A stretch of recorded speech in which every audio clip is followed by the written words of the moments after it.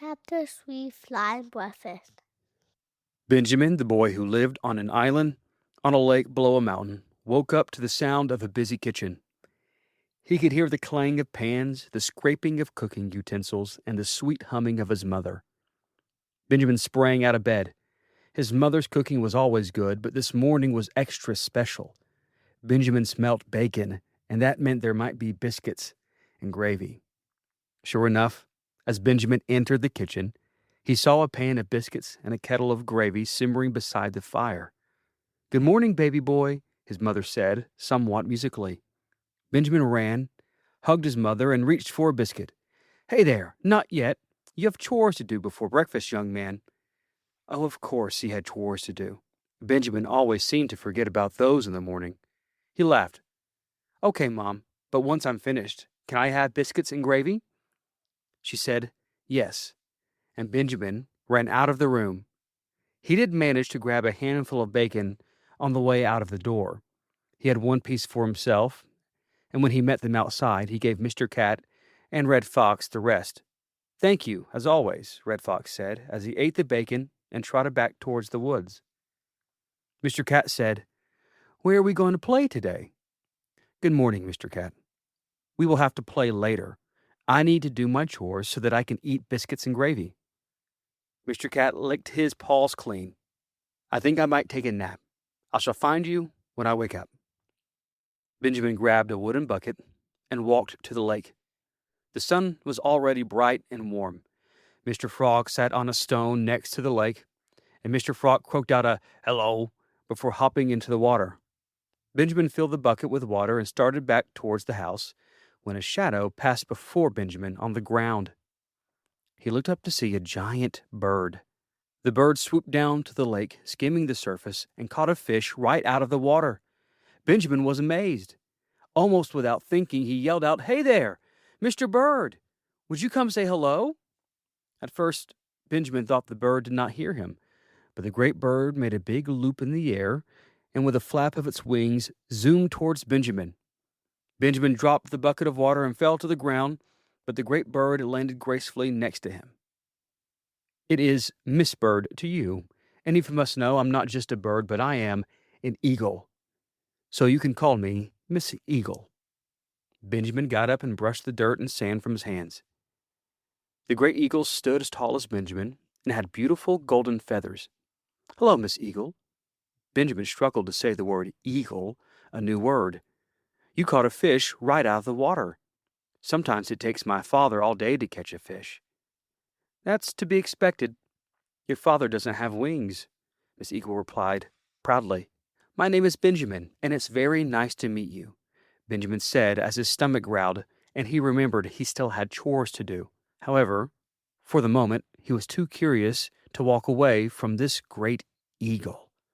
An idea flashed through his mind. "Miss Eagle, do you think you could carry me around in the sky?" he asked with a large smile growing on his face. Miss Eagle gave a and said, "Well, we just met, but—" She paused as she used her keen eyes to look over Benjamin. She cocked her head to one side and then the other, but then she snapped her head back up. She looked to have made up her mind. "You are a small thing, and I suppose it will do me no great harm. Come on, I will show you around this lake." Benjamin's face lit up in a brilliant smile. "Wow, thank you, Miss Eagle." Miss Eagle laughed. She was clearly pleased with how happy she had made Benjamin. "Okay, are you ready?" she asked. But before Benjamin could even answer, the eagle leapt up, flapped her wings, and with a firm yet gentle clasp of her talons, picked up Benjamin. They took off and went into a low circle at first. The wind howled in Benjamin's ears, and the ground zoomed underneath them faster than Benjamin had ever experienced. It felt like there were butterflies in his stomach. They went over the fruit trees and the bushes, the shed, the garden, and the dock with the boat. Benjamin saw Mr. Cat and Miss Hound playing near the chickens.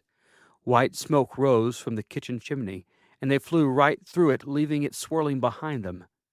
Suddenly, Benjamin saw Mr. and Mrs. Owl, but not in their tree.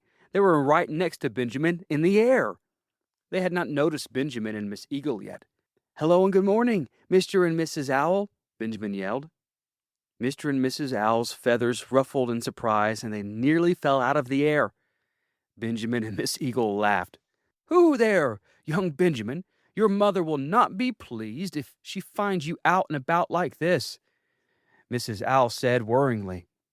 Miss Eagle replied, "He is just as safe here as anywhere else walking on the island." With that said, Miss Eagle flapped her great wings again, and they soared higher and higher. Now Benjamin could see the entire island. It was a beautiful green teardrop in the sparkling blue of the lake. His house was at one end. A rocky hill protruded from a forest in the middle, and yellow sand bordered the entire island. Benjamin could see the wind sending ripples across the surface of the lake, dancing this way and that way. Benjamin saw schools of fish swimming in the water, darting here and there, and other small birds flying from tree to tree. Then his eyes, perhaps for the first time in his life, gazed at the far shore. "Miss Eagle, what's over there?" he asked, and pointed to the far shore. "That's the wide world. It's hazardous, but I suppose you must go there one day. Your parents will have to take you." Dangerous, Benjamin thought. I wonder what that is. His stomach growled, and that reminded him of all that he had to do that morning before he could eat. "Miss Eagle, thank you so much for letting me fly. It is wonderful, but I'm afraid I have chores to do," he said, once again getting excited about biscuits and gravy. "My mother's making my favorite meal." Miss Eagle brought them down to the shore without a word, and as gracefully as falling snow, she landed. "Well, Benjamin, that was unexpectedly fun. If you ever see me around, don't be afraid to call my name. Goodbye." With a jump and a flap, she was off. Benjamin watched as she soared higher and further until he could not see her any more. He picked up his bucket and filled it with water. He brought the bucket to the porch for his father to bring inside. He fed the chickens and raked away their old hay as they scampered around his feet. When he finished, he said, "Goodbye, chickens. Time for my breakfast." He ran up the porch, almost tripping on the top step, and excitedly pushed open the door. As soon as he entered the kitchen, his father immediately picked him up and carried him to the table laden with biscuits, bacon, and gravy.